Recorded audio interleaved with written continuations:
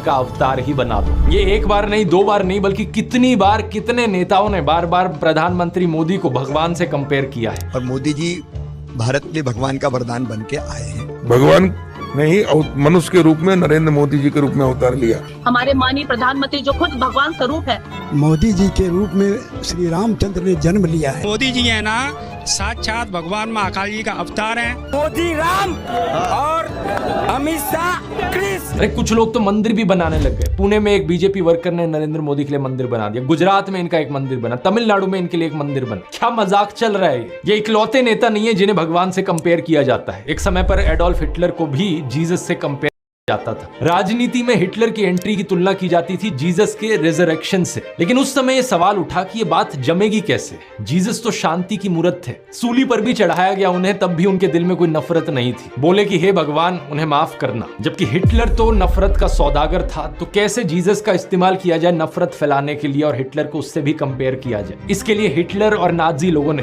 Bible को ही बदल डाला। मजाक नहीं कर रहा, ओल्ड टेस्टामेंट जो थी बाइबल की उसे ही हटा दिया गया उनके समय में। जीसस को इस तरीके से चित्रित किया गया कि वो ऐसा लगे कि वो यहूदियों के खिलाफ लड़ने वाले एक फाइटर हो। सिमिलरली बीजेपी के लोग बार बार नरेंद्र मोदी को भगवान का अवतार करके पुकारते हैं, लेकिन यहां भी दिक्कत वही आ जाती है कि नरेंद्र मोदी तो नफरत फैलाते हैं, लेकिन श्री राम की सूरत में दिखती है विनम्रता, सौम्यता, करुणा।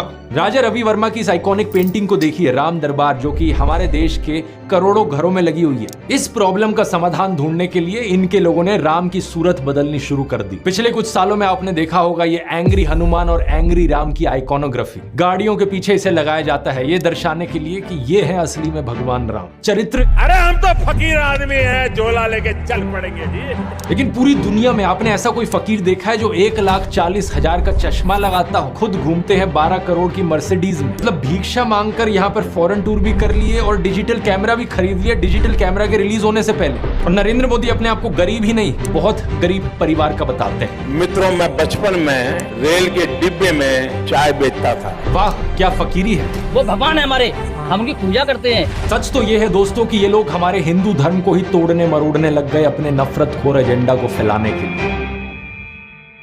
नमस्कार दोस्तों, जर्नलिस्ट अनिल यादव एक बीजेपी वर्कर मंगल वाजपेयी से बात कर रहे थे कानपुर में। मंगल एक लोडर का काम करते हैं, यानी गाड़ियों में सामान चढ़ाने का काम करते हैं। क्या नाम बताएं? योगी साहब, मेरा मंगल वाजपेयी है। यहाँ लोडर का काम करवाते हैं। साथ ही साथ ये बीजेपी एमएलए महेश त्रिवेदी के लिए वॉलंटियर भी करते हैं। ये उम्मीद जता रहे थे कि बीजेपी इस बार 400 पार करेगी। चुनाव में किसका माहौल है? बीजेपी जीतेगी 400 के ऊपर। लेकिन जैसे जैसे बात आगे बढ़ती है, मंगल अपनी परेशानियों के बारे में बताते हैं। वो बताते हैं कि उनके पास बिजली नहीं है, सीवर की व्यवस्था नहीं है। हमारे पास बिजली नहीं है घर में, हमारे पास लैट्रिन घर में नहीं है, हमारे पास सीवर व्यवस्था नहीं है।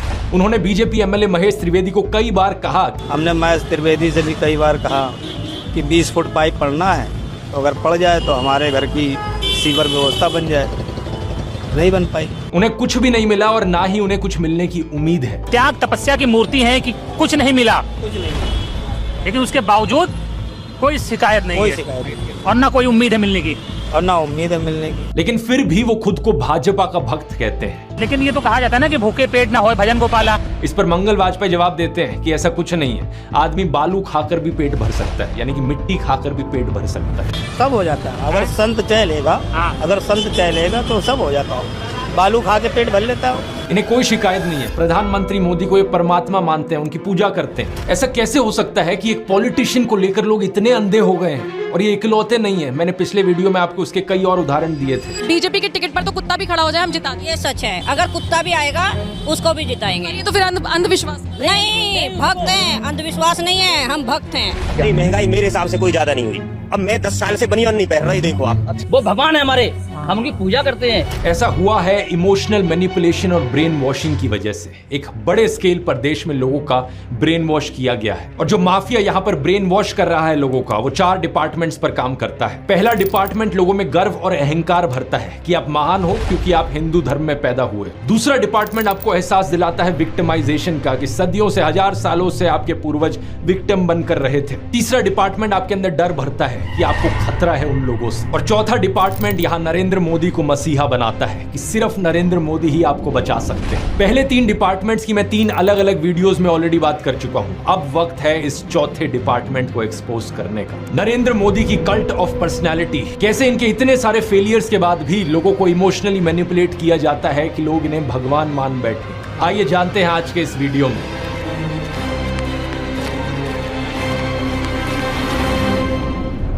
जून 2013 की बात है दोस्तों। राइटर नीलांजन मुखोपाध्याय ने एक किताब लिखी नरेंद्र मोदी के ऊपर। ये एक बायोग्राफी थी। इस किताब में लिखा गया कि कैसे नरेंद्र मोदी जब 6 साल के थे, वडनगर रेलवे स्टेशन पर गुजरात में वो चाय बेचा करते थे। ये चाय बेचने वाला किस्सा तभी से लेकर नरेंद्र मोदी की संघर्ष की कहानी का ये एक मेजर टॉकिंग पॉइंट रहा है। 2015 में जब टाइम मैगजीन ने प्रधानमंत्री मोदी का इंटरव्यू लिया तो उन्होंने बताया कि कैसे वो एक बहुत गरीब परिवार से आते थे, कैसे बचपन में वो चाय बेचा करते थे रेलवे स्टेशन पर। इनकी एग्जैक्ट लाइनें सुनिए। मैं पॉवर्टी में पैदा हुआ हूं, बचपन में मेरा पूरा बचपन पॉवर्टी में बीता है। मेरे लिए पॉवर्टी एक तरीके की पहली इंस्पिरेशन थी मेरी जिंदगी में। लेकिन कितनी सच्चाई है इन बातों में, बहुत से लोगों ने टाइम टू टाइम सवाल उठाए हैं।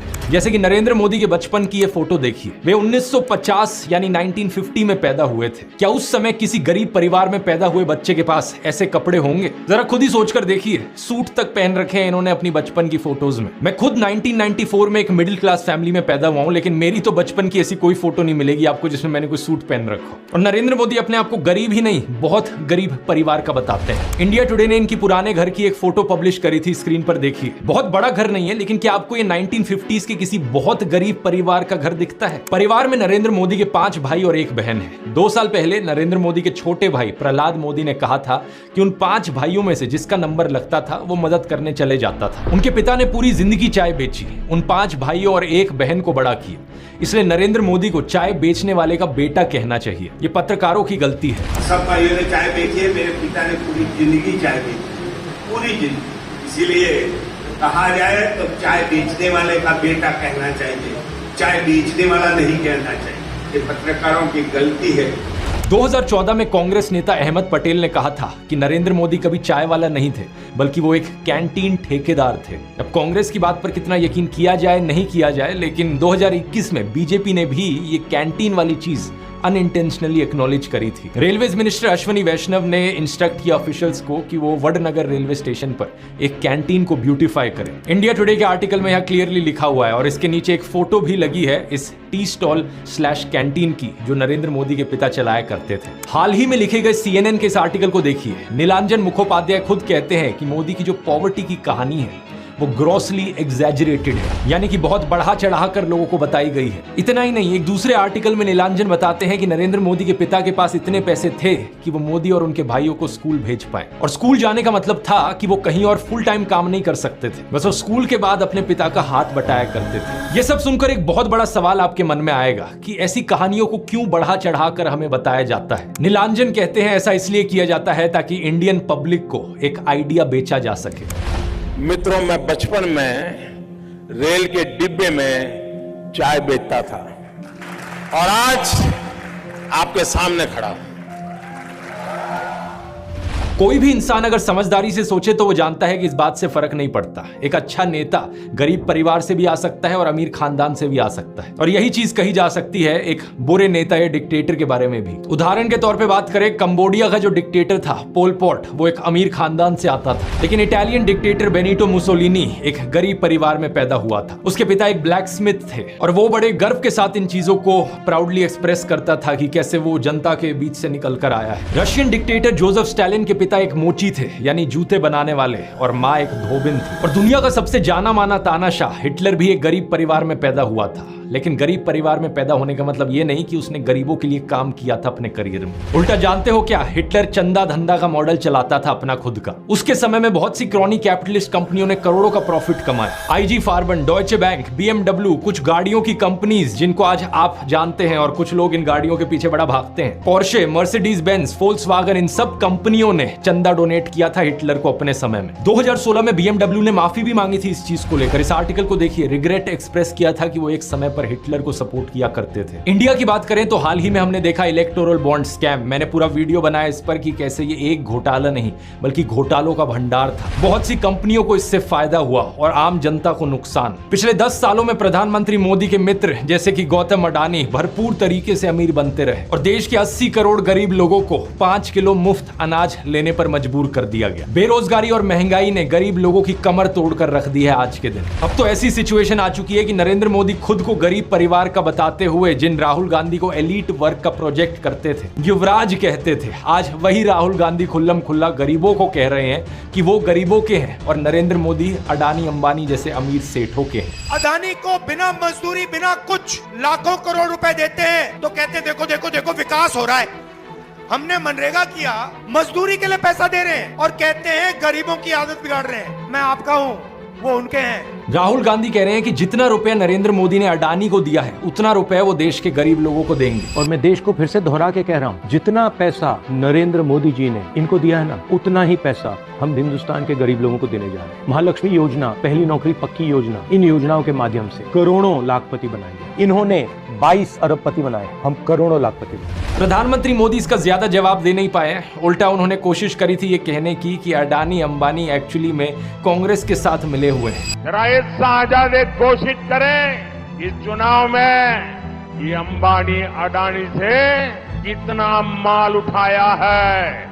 मार्च में आई इस रिपोर्ट को देखिए। भारत में इनकम इनइक्वालिटी 100 साल में सबसे ज्यादा हो गई है। इतनी बुरी हालत अंग्रेजों के जमाने में भी नहीं होती थी। ऐसे में अगर राहुल गांधी ने संकल्प लिया कि अगले 5 सालों में वो सभी 22 करोड़ गरीब लोगों को गरीबी से निकाल देंगे तो इसमें क्या गलत किया। लेकिन पीएम मोदी इस बात पर भी तंज कसने लगे। उनके पास खुद कोई अपना विजन नहीं है। 80 करोड़ लोगों के हाथ में कटोरा पकड़ा दिया और अगले 5 सालों के लिए यही 5 किलो अनाज वाली स्कीम एक्सटेंड कर दी। ना रोजगार का कोई प्लान बताया है, ना महंगाई कंट्रोल कैसे होगी ये बताया, ना गरीबी कैसे हटेगी ये बताया। और जब राहुल गांधी ने सबके लिए रोजगार की बात करी तो प्रधानमंत्री मोदी उनका मजाक उड़ाने लग गए। कांग्रेस के शाहजादे ने अभी घोषणा की, आप भी सुनकर के हंसोगे।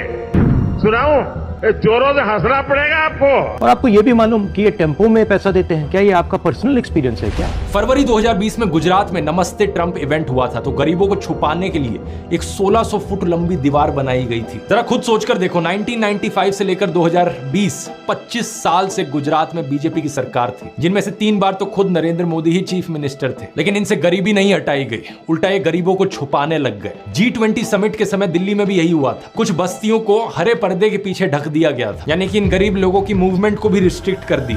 इसी के तहत ये पूरी दुकानें यहाँ से ढक दी गई हैं। जो थोड़ा झुग्गी टाइप घर थे उनको भी ढक दिया गया है यहाँ पर। सोचिए कि ये कितना डीह्यूमनाइजिंग है। कोई आपसे कहे कि तुम अच्छे नहीं लग रहे हो, तुम तो एक दाग धब्बा हो। वो गोरे सेठ आ रहे हैं हमारे देश में घूमने, तुम्हें एक पर्दे के पीछे छुपा दिया जाएगा। कैसा लगेगा आपको ये सुनकर? उन गरीबों की सोचो, उन्हें कैसा लगा होगा। सीधा कहते हैं कि यहाँ से जाओ, उस गरीब को तो भगा सकते हो, उस अमीर को भगा के देखो ना। तो इन सब चीजों के चलते नरेंद्र मोदी की ये जो गरीब परिवार वाली ब्रांडिंग थी अब ये लगभग खत्म हो चुकी है। लेकिन उनके कल्ट ऑफ पर्सनैलिटी का ये केवल एक हिस्सा है। दूसरा हिस्सा यहाँ पर आता है उनके परिवार को लेकर। व्हाट्सएप पर और गोदी मीडिया के जरिए आपको बार बार बताया जाता है कि नरेंद्र मोदी इतने महान हैं क्योंकि उन्होंने देश के लिए अपने परिवार को छोड़ दिया, अपनी पत्नी को छोड़ दिया। देखो, वैसे ये एक पर्सनल मामला है, किसी पति पत्नी की आपस में ना बने ये कोई बड़ी चीज नहीं है। बहुत से लोगों के साथ ऐसा होता है, लेकिन यही लोग खुद इस पर्सनल बात को बीच में लाते हैं इसे अचीवमेंट के तौर पर दिखाने के लिए। देश के लिए पत्नी को छोड़ दिया, कोई सेंस है इस बात का? पूर्व प्रधानमंत्री लाल बहादुर शास्त्री जी ने तो अपनी पत्नी को नहीं छोड़ा, तो क्या वो देश के लिए काम नहीं कर पाए? महात्मा ज्योतिबा फूले की पत्नी सावित्रीबाई फूले के बारे में तो सब जानते हैं, क्या उन्होंने देश के लिए महान काम नहीं किया? आपने अगर रामलीला देखी है तो उसमें भी देखा होगा कि कैसे सीता जी ने भी भगवान राम का साथ दिया वनवास में, और राम ने उन्हें बचाने के लिए क्या क्या नहीं किया। तो व्हाट्सएप यूनिवर्सिटी की एक ऐसी घटिया नारी विरोधी मानसिकता है जहां आप औरत को एक अड़चन की तरह देखते हो, जहां आप पत्नी को छोड़ देने को एक अचीवमेंट की तरह दिखाते हो। और केवल पत्नी ही नहीं बल्कि नरेंद्र मोदी के परिवार को लेकर भी व्हाट्सएप माफिया यही बात फैलाता है। अरे औरों की तो छोड़ो, नरेंद्र मोदी खुद इस बात को बार बार दोहराते रहते हैं। कहते हैं कि उन्होंने अपने परिवार को देश के लिए छोड़ दिया।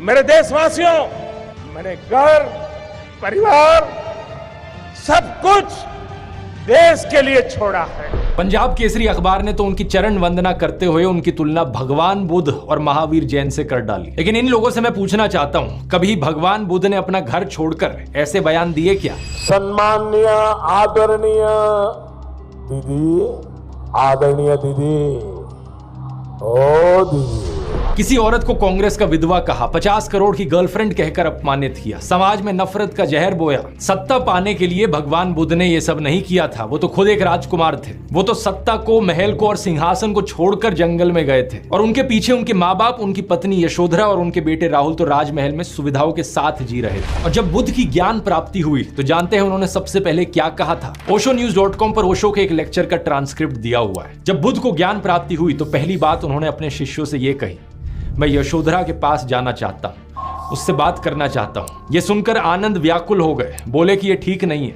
लोग क्या कहेंगे। बुद्ध ने कहा, मुझे उसका धन्यवाद करना है उसकी मदद के लिए, और जो मेरे साथ हुआ, जो मुझे मिला, इसका कुछ हिस्सा मुझे उसे देना है, ये उसका कर्ज है मुझ पर। और वो गए। यशोधरा ने उन्हें देखा, 12 साल का गुस्सा उनके अंदर था। वो बोली, मुझसे कहकर तो जाते, क्या मैं तुम्हें रोकती? इतना भी विश्वास नहीं था मुझ पर। बुद्ध ने माफी मांगी, ये कहा कि मैं ना समझ था, अब समझ आई तो वापस आया हूं। सुनो, कुछ अद्भुत हो गया है। मेरा पहला दायित्व तुम्हारे प्रति है, इसलिए वह अनुभव तुम्हारे साथ साझा करूंगा। यशोधरा की आंखों से आंसू झरने लगे। आप प्रधानमंत्री मोदी का इंस्टाग्राम अकाउंट देखिए जरा। प्रियंका चोपड़ा और निक जोनस की वेडिंग रिसेप्शन में गए, उन्हें बधाई दे रहे हैं। इस वीडियो को देखिए। विराट कोहली और अनुष्का शर्मा के वेडिंग रिसेप्शन पे जाकर उन्हें गुलाब दे रहे हैं। मलयालम एक्टर सुरेश गोपी की बेटी की शादी में गए। टाइम्स नाउ की एंकर नविका कुमार के बेटे की शादी में गए। मुकेश अंबानी ने हॉस्पिटल खोला तो वहां बधाई देने पहुंच गए। इस न्यूज आर्टिकल को भी देखिए। नरेंद्र मोदी ने गौतम अडानी के बेटे करण की ग्रैंड एंगेजमेंट सेरेमनी को भी अटेंड किया। तो बॉलीवुड सेलिब्रिटीज और अमीर सेठों की शादियों में जाने के लिए बहुत समय है इनके पास। हालांकि इसमें कुछ गलत नहीं है, इनकी मर्जी अगर ये जाना चाहें तो।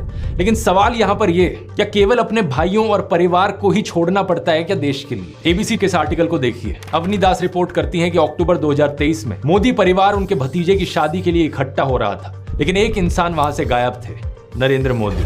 आपने फोटोज और वीडियोस में जरूर देखा होगा कि प्रधानमंत्री मोदी अपनी माताजी से मिलने जाया करते थे, जो कि अच्छी बात है। लेकिन कभी आपने नोटिस किया कि केवल वहां 3 लोग होते थे इस मुलाकात में? प्रधानमंत्री मोदी, उनकी माताजी और कैमरामैन। कभी कभार मुलाकात में 2-3 और लोग होते थे, लेकिन वो हमेशा और कैमरामैन ही होते थे। 3 साल पहले बीबीसी कॉरेस्पॉन्डेंट तेजस वैद्या ने प्रधानमंत्री मोदी के भाई प्रहलाद मोदी से बात करी, और सुनिए उनका क्या कहना था। तेरे परिवार ने दूर रखवानी सूचना आपवामां आवे। इस बात को लेकर स्पष्ट निर्देश होता है कि परिवार के बाकी सदस्य दूर ही रहे। प्रधानमंत्री मोदी की भतीजी सोनल मोदी ने भी यही बताया कि उनको मना किया गया है। उनसे पूछा गया कि शपथ ग्रहण समारोह में बहुत से लोगों को निमंत्रित किया गया, लेकिन उन्हें क्यों नहीं बुलाया गया?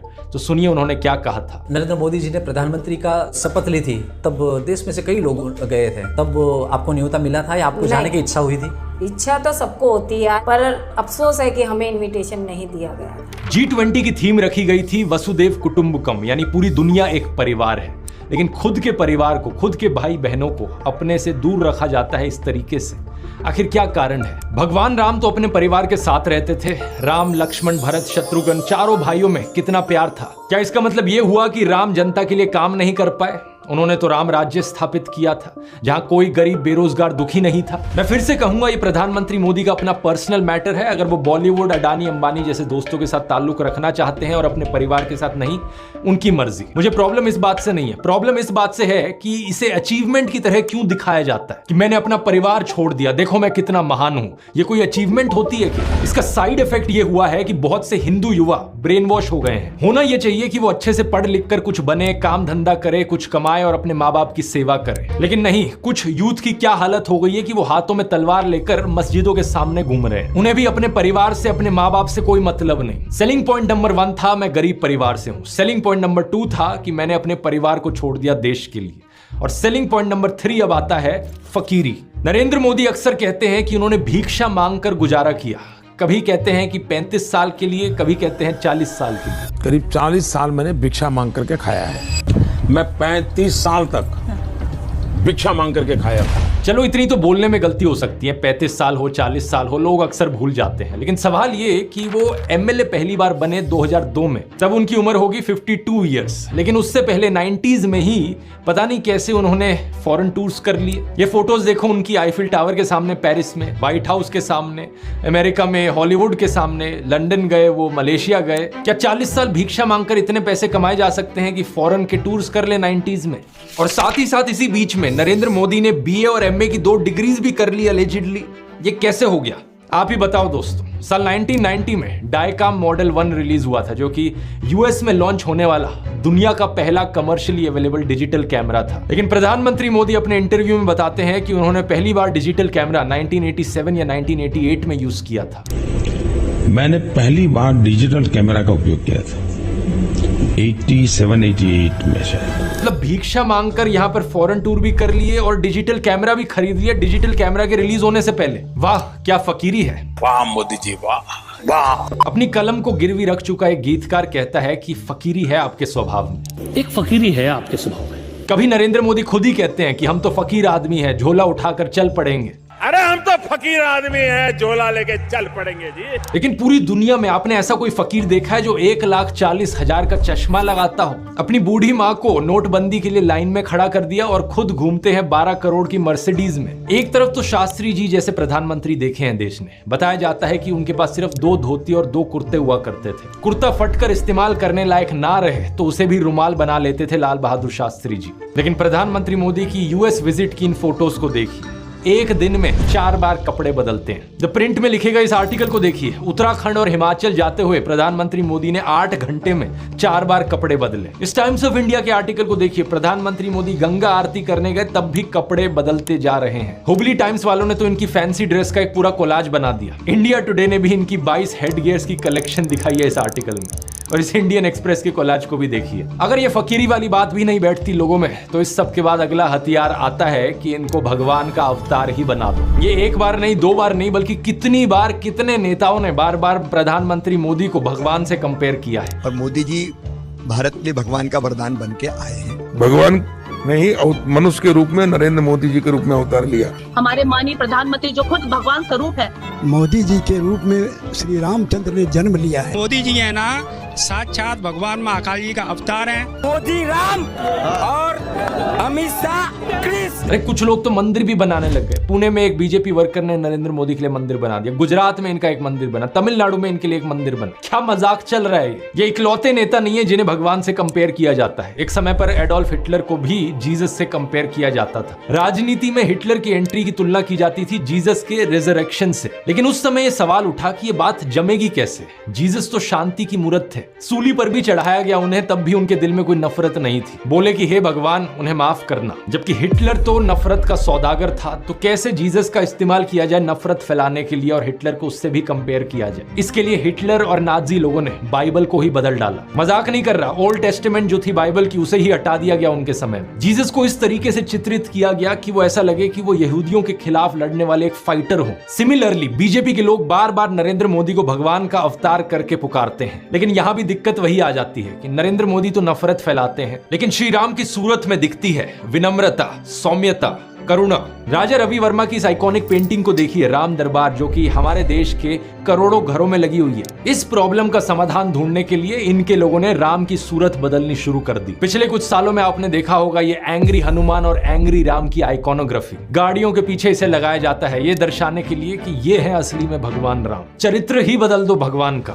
रामायण में मुसलमानों का कोई जिक्र नहीं है, लेकिन इन लोगों ने रामायण को भी तोड़ मरोड़ दिया अपने नफरत खोर एजेंडा के लिए। 2016 में एक बीजेपी एमपी ने कहा कि मुसलमान तो रावण के डिसेंडेंट्स हैं। व्हाट्सएप माफिया वालों ने हमारे हिंदू स्क्रिप्चर्स में एक झूठा कोट इंसर्ट कर दिया, धर्म हिंसा तथैव च। जो चीज किसी वेद पुराण में नहीं थी, किसी रामायण महाभारत में नहीं थी, इन्होंने जबरदस्ती अपना नफरत खोर एजेंडा बीच में घुसा दिया उसके। धर्म हिंसा तथैव च, आपको जान करके आनंद होगा कि ये किसी भी ग्रंथ में कहीं पर भी नहीं लिखा हुआ है। और इससे आपके रोंगटे भी खड़े हो जाने चाहिए कि ये कौन सी सेंट्रलाइज्ड कॉन्स्पिरेसी यूनिट है जो इतनी बड़ी बड़ी साजिशें करती है कि जो बात धर्म ग्रंथ में लिखी भी नहीं हुई है उसको संस्कृत में लिख करके उसको चारों तरफ व्हाट्सएप से और दूसरे जरियों से फैला देती। सच तो ये है दोस्तों कि ये लोग हमारे हिंदू धर्म को ही तोड़ने मरोड़ने लग गए अपने नफरत खोर एजेंडा को फैलाने के लिए। लेकिन अब बहुत से हिंदुओं को इनका एजेंडा समझ में आ गया है। इस तरीके का हमारे धर्म के साथ खिलवाड़ करना लोगों को अच्छा नहीं लग रहा है, इसलिए ये कार्ड भी अब फेल होता जा रहा है। तो इन बीजेपी वालों ने क्या सोचा कि अवतार से एक लेवल नीचे इन्हें सर्वगुण संपन्न शक्तिमान दिखाया जाए। वाह क्या सीन है, वाह क्या सीन है। लेकिन किसी को यहाँ शक्तिमान बनाने का सबसे आसान तरीका है कि दूसरी साइड वाले की इमेज नीचे गिराओ। इसलिए इनके आईटी सेल ने राहुल गांधी को पप्पू बना दिया। व्हाट्सएप पर इनकी आधी अधूरी क्लिप्स तोड़ मरोड़ के दिखाई जाने लगी कि जैसे राहुल गांधी में तो कोई समझ ही नहीं है, वो तो बिल्कुल बेवकूफ इंसान है। लेकिन सच्चाई यह है कि पिछले 10 साल में पीएम मोदी ने एक भी प्रेस कॉन्फ्रेंस नहीं करी, कोई अनस्क्रिप्टेड इंटरव्यू नहीं किया, जबकि राहुल गांधी ने दिल्ली यूनिवर्सिटी से लेकर हार्वर्ड यूनिवर्सिटी तक लेक्चर दिए हैं, लोगों से ढेर सारी हर साल 2 साल अनस्क्रिप्टेड इंटरैक्शंस की हैं। ये बात सही है कि उनकी कुछ फनी क्लिप्स जरूर है जहां उनके मुंह से कुछ उलट पुलट निकल गया। This morning I got up at night. लेकिन ऐसी क्लिप्स तो नरेंद्र मोदी की भी बहुत है। तीसरा कहा था विमेन डेवलपमेंट की मैंने बात कही थी, मैं कब हो गया ये? नरेंद्र मोदी वही हैं जो नाले से निकलने वाली गैस से चाय बनाने की बात करते हैं। कहते हैं कि पसीने से मुंह पोंछ लेता था तो ग्लो आ जाती थी। कभी ये क्लाइमेट चेंज को डिनाई करते हैं कि गर्मी नहीं बढ़ रही बल्कि हमारी गर्मी सहने की शक्ति कम हो रही है, तो कभी ये बादलों से रेडार का सिग्नल रोकने की बात करते हैं। लेकिन मैंने कहा इतने क्लाउड है, बारिश हो रही है, तो एक बेनिफिट है कि हम राडार से बच सकते हैं। एक तो जानते नहीं है, ऊपर से अहंकार इतना कि अपने अज्ञान का भी एहसास नहीं। एक दफा मोदी दूसरे देश में गए थे, वहां भारत का राष्ट्रीय गान चल रहा था और ये बीच में ही चलने लगे। ऐसी गलती किसी से भी हो सकती है, लेकिन बात मैं यहां पर यह बताना चाह रहा हूं कि प्रधानमंत्री मोदी की भी फनी क्लिप्स बहुत सारी हैं। दूसरों को पप्पू बोलने से पहले अपनी क्लिप्स पर नजर डाल लो। पप्पू को हारने का डर लग रहा है, पप्पू को नहीं बनाएंगे। और अभी तो एक बहुत बेहतरीन मौका मिला है। हमारे फॉर्मर सुप्रीम कोर्ट के जजेस ने राहुल गांधी और नरेंद्र मोदी दोनों को एक 1-on-1 डिबेट के लिए इनवाइट किया है। राहुल गांधी तो इस इनविटेशन को ऑलरेडी एक्सेप्ट कर चुके हैं, लेकिन नरेंद्र मोदी अभी भी चुप है। अगर ऐसा होता है तो जनता के लिए भी एक बड़ा सीधा मौका होगा देखने का कि नरेंद्र मोदी और राहुल गांधी में से कौन ज्यादा समझदार है, कौन ज्यादा इंटेलिजेंट है और कौन ज्यादा केपेबल लीडर है देश के लिए। लेकिन नरेंद्र मोदी अगर इस डिबेट से भागते हैं और जवाब ही नहीं देते तो समझ जाना कौन यहां पर बेहतर है। इस कल्ट ऑफ पर्सनैलिटी में प्रधानमंत्री मोदी का सबसे बड़ा कार्ड है सब जगह फोटो चिपकाओ। बचपन में मैं सोचता था कि ये कोका कोला जैसी ड्रिंक्स की एड्स क्यों आती हैं टीवी पर, हर कोई तो जानता है कि कोका कोला क्या है। बाद में मुझे समझ आया कि out of site is out of mind, यानी नजर से बाहर तो दिमाग से बाहर। और इसकी उल्टी एक टैक्टिक है, जितना नजर में रहोगे उतना लोगों के दिमाग में घुसोगे। अखबार पर नरेंद्र मोदी, रेडियो पर नरेंद्र मोदी, टीवी चैनलों पर नरेंद्र मोदी, फेसबुक पर नरेंद्र मोदी, पेट्रोल पंप की होर्डिंग्स पर नरेंद्र मोदी, सड़क पर पोस्टर छपे हैं, गूगल एड्स पे करोड़ों खर्च करके अपना चेहरा दिखा रखा है, हर एक सरकारी स्कीम के इश्तिहार पे। अरे ये सब तो छोड़ो, कोविड वैक्सीन के सर्टिफिकेट पे भी नरेंद्र मोदी। सेल्फी पॉइंट्स तक बना डाले इन्होंने जगह जगह। 2022 की इस रिपोर्ट को देखिए। आईएनबी मिनिस्ट्री ने बताया कि सरकार ने 8 सालों में 6400 करोड़ से ज्यादा रुपए खर्च किया एडवर्टाइजमेंट्स पर। हर रोज का 71 लाख रुपए तो अखबारों में ऐड देने में लगा दिया। और ये सब तो सरकारी पैसे से चलने वाली एड्स थी। इसके अलावा जो पार्टी फंड से चलने वाली एड है वो अलग, और गोदी मीडिया के एंकर जो दिन रात चाटुकारिता करते हैं वो अलग। हर जगह नरेंद्र मोदी। एक गायक थे जिम मॉरिसन, उन्होंने कहा था कि जो मीडिया को कंट्रोल करता है वो दिमाग को कंट्रोल करता है। लेकिन एक और सिंगर थे बॉब मार्ले, उन्होंने कहा था कि हर वक्त हर किसी को बेवकूफ नहीं बनाया जा सकता। और अब यही हो रहा है कि हर तरफ मोदी का चेहरा देखकर लोग उकता गए हैं। और ये जो वॉर रुकवाने वाली कहानियां हैं, इन पर पूछा जा रहा है कि इतनी ही वॉर रुकवाने वाले हो तो मणिपुर की हिंसा क्यों नहीं रुकवा देते। इलेक्ट्रॉन बॉन्ड का पैसा है, कहीं तो यूज होगा। किसी एक्टर को उठा के बेटी बना देंगे, पापा ने वॉर रुकवा दी, पापा मणिपुर के दंगे क्यों नहीं रुकवाते। लोग पूछ रहे हैं कि भारत में सब चंगा सी है तो 2022 में सब रिकॉर्ड तोड़ते हुए 2.25 लाख लोगों ने भारतीय नागरिकता क्यों छोड़ दी। इस मोदी मैजिक के खत्म होने का सबसे बड़ा सबूत यही है कि बीजेपी को दूसरी पार्टियों के उन नेताओं को अपनी पार्टी में लाना पड़ रहा है जिन पर भ्रष्टाचार के एक से बढ़कर एक आरोप लगे। अगर मोदी मैजिक अब सही में बचा होता तो मोदी के नाम से ही चुनाव जीता जा सकता था। इन बाहर के नेताओं को लाने की जरूरत नहीं थी अपनी पार्टी में। ये झूठ, डर और नफरत फैलाने की जरूरत नहीं थी। इस वीडियो में तो मैंने आपको नरेंद्र मोदी का वो चेहरा दिखाया है जो व्हाट्सएप माफिया आपको दिखाता रहता है। अगले वीडियो में मैं आपको दिखाऊंगा उनका असली चेहरा, उनके माइंड में क्या क्या चलता रहता है। यहां मैं आप लोगों को धन्यवाद करना चाहूंगा क्योंकि आप लोग इतने जज्बे के साथ इनकी इस झूठ और नफरत की फैक्ट्री को तबाह करने में लगे हुए हो। हमारे इस मिशन 100 करोड़ पर लगे रहिए। ये देखकर खुशी होती है कि किसी का कमेंट आता है ये कहते हुए कि आपने एक वीडियो को 850 लोगों के साथ शेयर किया व्हाट्सएप पर। कहीं पता चलता है कि प्रोजेक्टर स्क्रीन पर दिखाकर आप वीडियो चला रहे हो राजस्थान की गलियों से लेकर वेस्ट बंगाल तक। किसी ने टीवी लगा दिया बाहर मुंबई में ताकि लोगों तक सच पहुंचाया जा सके। इसी तरीके से लगे रहो। हमें देश के लोकतंत्र को बचाना है, देश के संविधान को बचाना है। वोट करने जरूर जाना और अपने आसपास के 10 लोगों को कन्विंस करना वोट करने के लिए। वोट करना इस नफरत और झूठ के खिलाफ। मुझे यकीन है कि हम इकट्ठे मिलकर देश को बचा लेंगे। अगर आपने इस ब्रेन वॉशिंग माफिया के चारों डिपार्टमेंट्स के बारे में पहली बार सुना है तो इस वीडियो को जरूर देखिए। यहां पर मैंने शुरुआत से समझाया था पहले डिपार्टमेंट के बारे में, क्लिक करके देख सकते हैं। इनकलाब जिंदाबाद। जय हिंद।